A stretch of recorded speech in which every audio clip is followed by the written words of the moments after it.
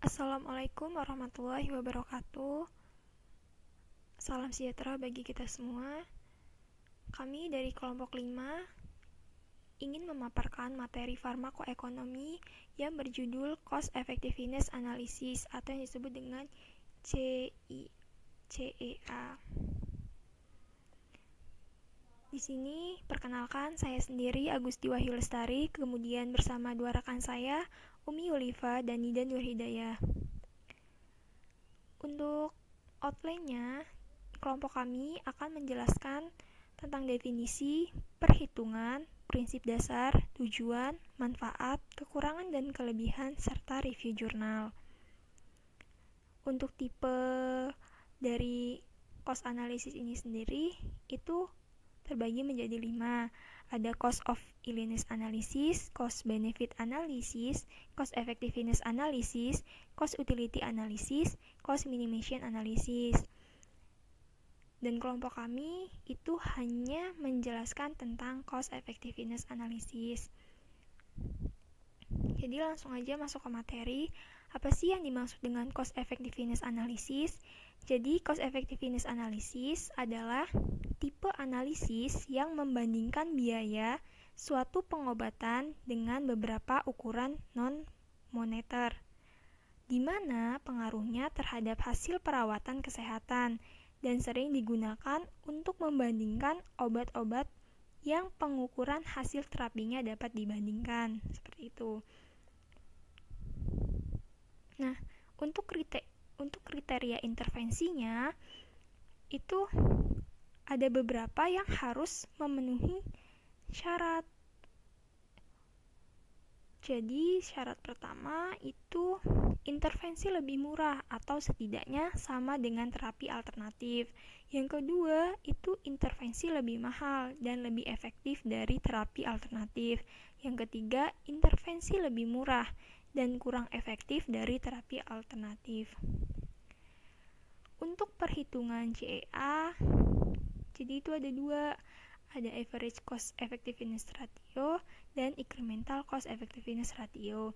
Jadi, untuk analisis efektivitas biaya ini atau yang disebut dengan CEA itu diperoleh melalui perhitungan dari si rasio efektivitas biaya dan rasio efektivitas incremental itu sendiri gitu.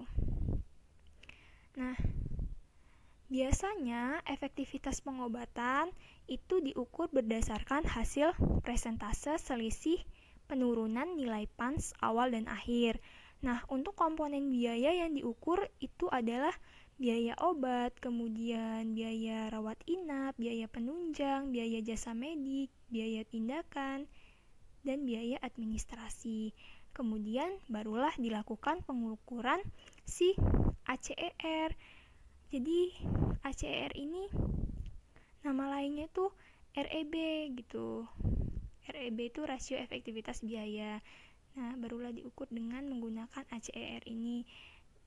Dengan cara apa? Dengan cara biaya dibagi efektivitas, seperti itu. Nah, untuk tahapan berikutnya yaitu penentuan posisi alternatif pengobatan penyakit berdasarkan diagram efektivitas biaya. Nah, biaya yang dilihat itu yang seperti apa? Jadi biaya yang dilihat itu seperti biaya pengobatan. Kemudian kita tuh hanya melihat biaya pengobatan saja, bukan rata-rata efektivitas biaya. Apabila posisi pengobatan itu terletak lebih rendah, maka perlu dilakukan perhitungan dengan si ICER atau yang disebut dengan RIEB, rasio incremental efektivitas biaya, dengan cara biaya obat A dikurangi biaya obat B, kemudian dibagi efektivitas obat A dikurangi efektivitas obat B. Jadi seperti itu. Prinsip dasar merangkum health benefit dan sumber daya yang digunakan dalam program-program kesehatan sehingga terdapat alternatif pilihan untuk para pembuat kebijakan. Yang kedua, CA membantu memberikan alternatif yang optimal yang tidak selalu berarti biayanya lebih murah.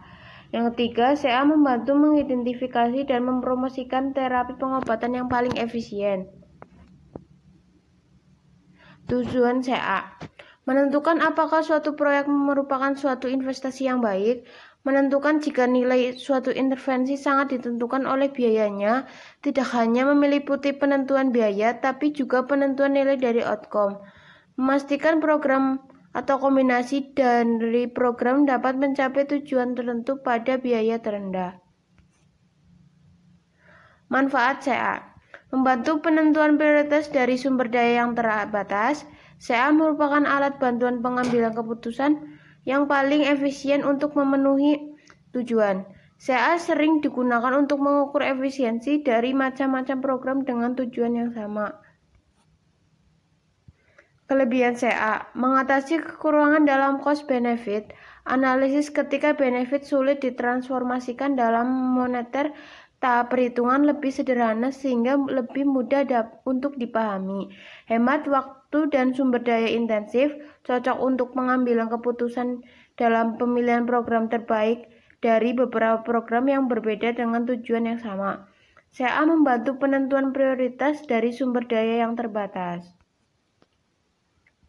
Kekurangan CA: alternatif tidak dapat dibandingkan dengan tepat. CA terkadang terlalu disederhanakan, belum adanya pembobotan terhadap tujuan dari setiap program. Berikut jurnal yang kami dapat dengan judul Analisis Efektivitas Biaya Penggunaan Risperidon Kombinasi dan Haloperidol Kombinasi pada Pasien Skizofrenia di RS Dr. F.L. Ratumbuisang, Provinsi Sulawesi Utara.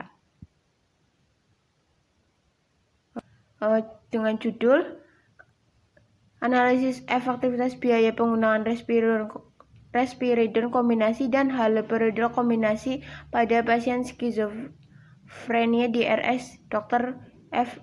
Ratumbuisang, Provinsi Sulawesi Utara. Jurnal Majalah Farmasi dan Farmakologi, halaman 69-72, tahun 2018. Penulis Neti Daukareng, Andi Ilham Mahmud, dan Christine Liauri. Reviewer Agusti Wahyu Lestari, Nida Nur Hidayah, dan Umi Lifah. Tanggal 9 April 2020. Pendahulunya, skizofrenia merupakan penyakit mental yang kronis dengan presentasi yang bervariasi seperti halusinasi pendengaran atau auditorik dan delusi keyakinan palsu yang tetap, yang signifikan dihubungkan dengan masalah beban sosial dan keuangan. Antipsikotik adalah pilihan terapi yang paling berguna bagi penyakit skizofrenia. Hasil studi meta-analisis dari uji klinik yang membandingkan antipsikotik atipikal risperidon dengan antipsikotik tipikal haloperidol menemukan tidak ada perbedaan efikasi antara keduanya. Namun, sebaliknya, studi meta-analisis lainnya menyatakan bahwa antipsikotik atipikal mempunyai efikasi dan toleransi lebih menguntungkan dibandingkan antipsikotik tipikal. Namun, baik risperidon maupun haloperidol memiliki potensi menyebabkan efek samping. Utamanya adalah gejala ekstrapiramidal atau EPS. Tujuan penelitian ini bertujuan untuk menganalisis antipsikotik mana yang lebih cost effectiveness antara risperidon kombinasi dan haloperidol kombinasi pada pasien skizofrenia di RSJ Profesor Dr. F.L. Ratumbuisang. Yang selanjutnya ialah metode penelitian. Jenis penelitian ini adalah penelitian observasional non-eksperimental dengan desain penelitian kohort. Pengambilan data secara retrospektif terhadap data sekunder berupa catatan rekam medis serta data administrasi pasien, dan secara prospektif terhadap data primer melalui wawancara langsung terhadap pasien. Yang selanjutnya, populasi yang digunakan adalah pasien skizofrenia yang dirawat inap di RSJ Profesor Dr. V.L. Ratumbuisang. Sampel penelitian adalah pasien skizofrenia dengan periode bulan Januari 2018 sampai Juli 2018 yang memenuhi kriteria inklusi dan eksklusi. Pengambilan sampel menggunakan teknik non-probability sampling dengan cara purposive sampling. Besaran sampel ditentukan menggunakan metode roll of thumb. Yang selanjutnya, analisis data. Yang pertama, analisis minimalis biaya, yaitu menghitung biaya total dari setiap komponen biaya berdasarkan perspektif biaya pada rumah sakit lokasi penelitian ini dilaksanakan. AMIB dihitung menggunakan formula biaya total sama dengan fixed cost plus variable cost. Yang kedua, analisis efektivitas biaya. Diperoleh melalui perhitungan rasio efektivitas biaya atau REB dan rasio inkremental efektivitas biaya atau RIEB. Efektivitas pengobatan diukur berdasarkan hasil presentasi selisih penurunan nilai PANS awal dan akhir. Komponen biaya yang diukur adalah biaya obat, biaya rawat inap, biaya penunjang, biaya jasa medik, biaya tindakan, dan biaya administrasi.